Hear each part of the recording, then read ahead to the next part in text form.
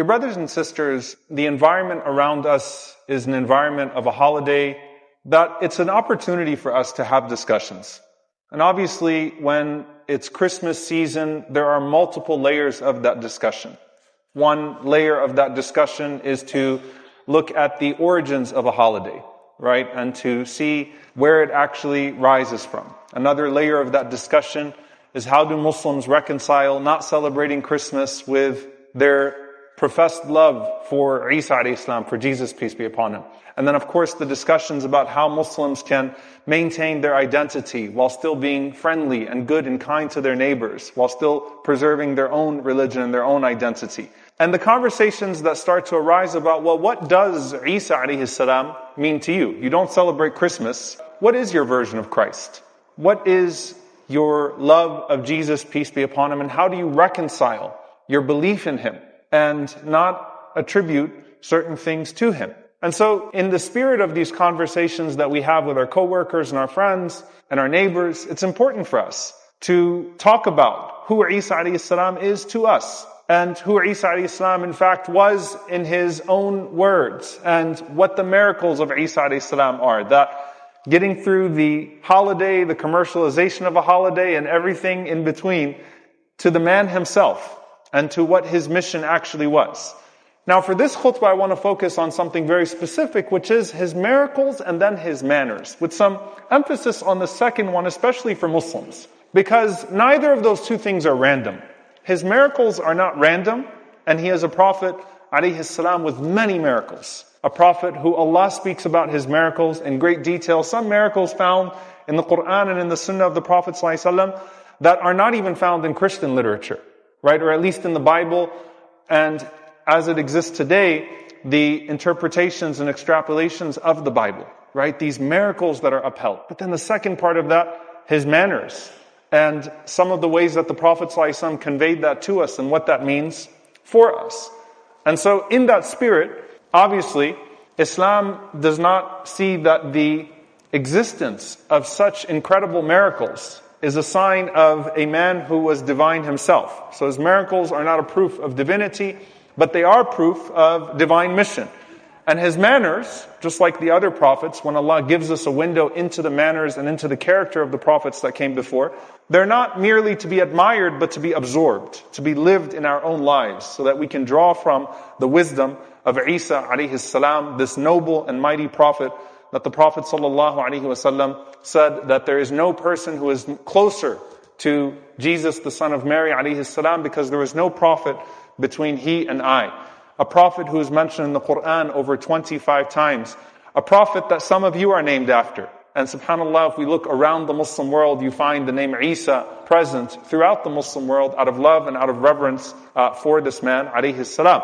And it starts with the miracle of his birth. And obviously Allah subhanahu wa ta'ala explains that while we uphold the miracle of Isa alayhi salam being born to his pure mother, a virgin, Mary alayhi salam, who is mentioned in her own right, has an entire surah named after her, that the very first words that came out of the mouth of this man when he was a baby in the cradle, I am the servant of Allah. And there's of course in that a testimony of tawheed, of monotheism and upholding monotheism, but also honoring his mother and immediately clearing his mother's name from the accusations that will come towards her, alayhi salam, may peace be upon her, when people accuse her of different things, that Allah subhanahu wa ta'ala allows the baby to speak immediately from the cradle and say, Inni Abdullah. And that is actually a form of honoring him. That is actually a form of upholding his honor, as Allah subhanahu wa ta'ala says, that Isa alayhi salam is not too proud to be a abd of Allah, to be a servant of Allah, and not even the closest of the angels to Allah. They see it as a form of honor, and it is indeed a form of honor to be Abdullah. The Prophet sallallahu alaihi wasallam, the Prophet Muhammad, peace be upon him, of course taught us to say what? To say, Ashhadu anna Muhammadan abduhu wa rasuluh. Do not just say, he is the messenger of Allah, but rather say about me, Ashhadu anna Muhammadan abduhu wa rasuluh. Testify that Muhammad sallallahu alaihi wasallam is the servant and the messenger of Allah. Because when Allah takes you as a abd, and you have a Rabb, and you have a Lord and a sustainer, that is who he is, then that is a form of honoring and elevating the person. And so Isa alayhi salam immediately says, Inni Abdullah. Hence his first miracle is documented in the Quran as such. And then you find the verse in Surah Ali Imran. وَرَسُولًا إِلَى بَنِي إِسْرَائِيلَ أَنِّي قَدْ جِئْتُكُمْ بِآيَةٍ مِّن رَبِّكُمْ أَنِّي أَخْلُقُ لَكُم مِّنَ الطِّينِ كَهَيْئَةِ الطَّيْرِ فَأَنفُخُ فِيهِ فَيَكُونُ طَيْرًا بِإِذْنِ اللَّهِ. And a messenger to the children of Israel, indeed I will have come to you with a sign from your Lord, that I design for you from clay that which is like the form of a bird, and then I breathe into it and it becomes a bird by the permission of Allah. Know, by the way, that in mainstream Christianity, as it exists today, the first miracle of birth and speaking from the cradle, as well as this fashioning of a bird from clay, is not something that's actually upheld, which subhanAllah shows you another form of honoring Isa alayhi salam. And then Allah subhanahu wa ta'ala continues with the words of Isa alayhi salam in this regard. And he said that I cure the blind and the leper and I give life to the dead by the permission of Allah. And I inform you about that which you eat and you store in your homes. And in that is a sign from Allah subhanahu wa ta'ala so that you may believe. So Isa alayhi salam mentions these miracles in every single time by the permission of Allah, by the permission of Allah, by the permission of Allah. Now, these miracles are not random. And there's something special about each and every single one of them that I want to go into for a moment. Number one, the ulama mentioned, the scholars mentioned that Isa alayhi salam is the last prophet to Bani Israel. And hence, the miracles that were given to him were plentiful and comprehensive and so undeniable, as this is a proof for or against the people, as their prophet highlights things for them. And so Isa alayhi salam is given all of these different types of miracles that are not necessarily unique to him. But in fact, with Bani Israel, you find prophets of the past that had similar miracles. So for example, the prophet Elijah, in the Bible, raised hundreds from the dead. He raised entire nations of people from the dead. He healed the blind. He called for rain and it came. He stopped it, all by the permission of Allah. Brings fire from the sky. These are things that we find from the prophets of Bani Israel in regards to their miracles. And so it's not a sign of his divinity, but rather it's actually something that you find with the prophets of Bani Israel, that Allah gave them great miracles. Because Bani Israel was a nation of ajaib. They were a nation in which things appeared before them in certain ways. And the Prophet ﷺ mentioned some of those things to us. Now, why a bird from clay? You start from that. Some of the scholars mentioned that, of course, as Isa alayhi salam is coming to these people, his main audience is Bani Israel. But at that time, you also have the Roman presence in Jerusalem. And as the Roman presence is now prominent in Jerusalem, you start to have sculptures that are prominent, and Roman sculptures that are placed strategically by Herod around the city of Al-Quds. And of course we know that Allah subhanahu wa ta'ala would challenge such people to say, create on the day of judgment, and they would not be able to create. And so Allah Azza wa Jal gives a miracle to all of the people in that sense. That a bird is given life only by the permission of Allah subhanahu wa ta'ala. And then, ubrihul akmaha. I cure al-akmaha, the blind. Now, the more common word for the blind is actually someone who is a'ma. A'ma is someone who went blind later on in life. Here, you're talking about a person who is actually born blind and known their entire lives to not be able to see.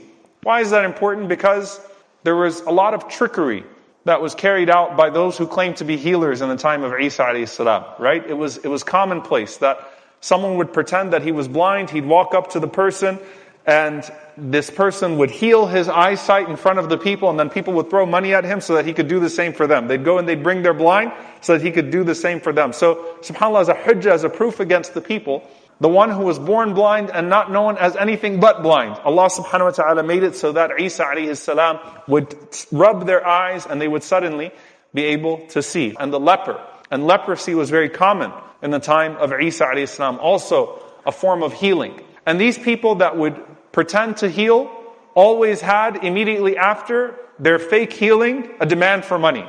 We healed you, now pay up. Throw us your gold, throw us your silver. And so the problem is their attachment to dunya, their attachment to this world is causing them to cheat. And this was another way in which religion had become a product by which you could exploit the people. Similar to Quraysh in Mecca. They didn't care about these idols. They cared about the money that the idols gave them and the power and the authority that the idols gave them.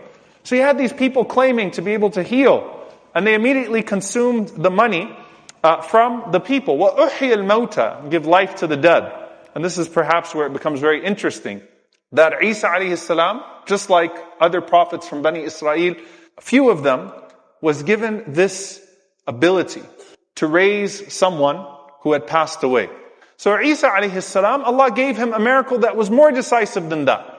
So Allah subhanahu wa ta'ala makes it so that Isa alayhi salam could go to the grave of a person who died hundreds of years ago and say Bismillah and raise that person from the dead. An amazing miracle. After all of this, what did they say to him? Those healers, they said, no, this is just sorcery.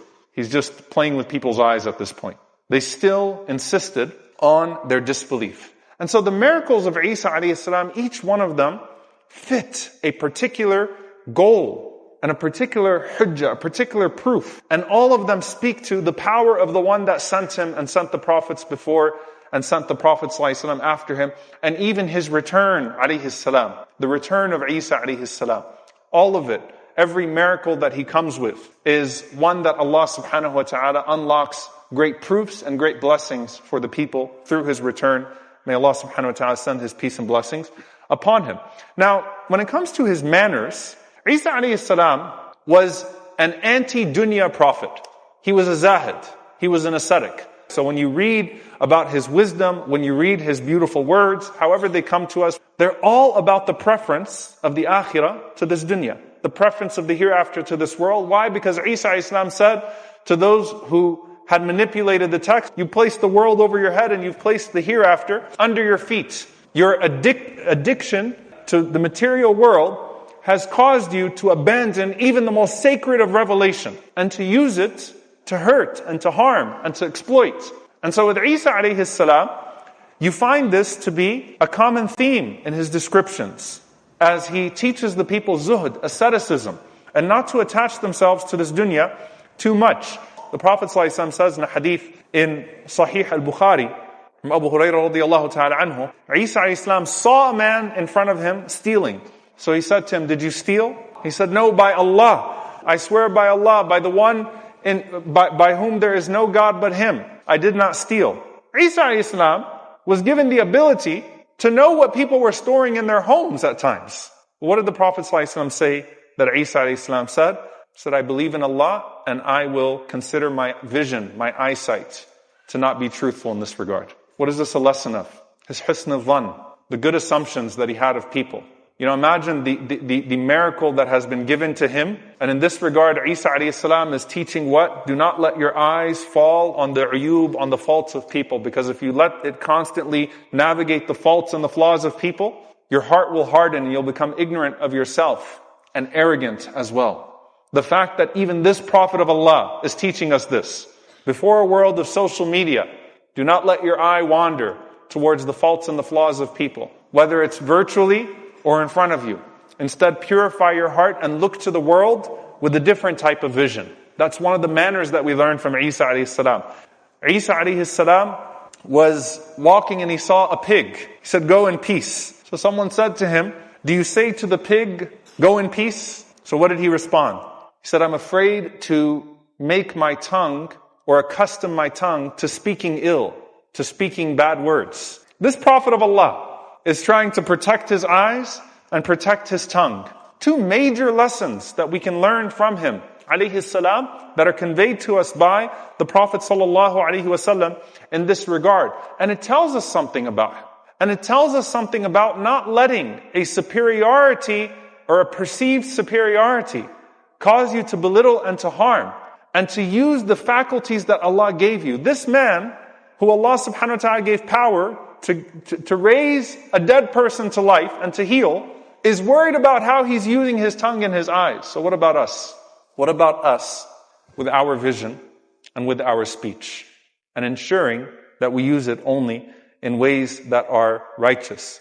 Isa alayhi salam is teaching us manners, and he's teaching us as well that while these miracles are given as a gift from Allah subhanahu wa ta'ala, there is a righteous vessel that encompasses those miracles. And that when it came to this dunya, Dunya in the eyes of Isa alayhi salam, the material world in the eyes of Isa alayhi salam, was not anything that could possibly taint or corrupt.